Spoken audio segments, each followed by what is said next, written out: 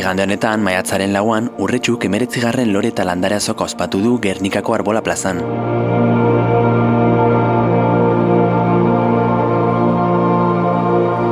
Lorezaintza eta botanika zale ugari bildu ditu hitzorduak, eta lore eskaintza zabala gozatu ahal izan dute bertako eta Euskal Herriko hainbat txokotako ekoizleen eskutik.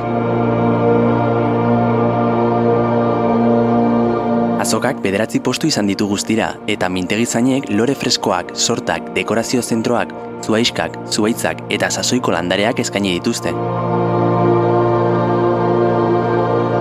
Bertaratutakoek produktuen kalitateaz eta zaintzaien gertutasunaz gozatu ahal izan dute. Horrez gain, lore lehorrekin eskulanak egiteko tailerrak eta musika ere izan dira, Iparragirre Balerdi musika bandaren eskutik.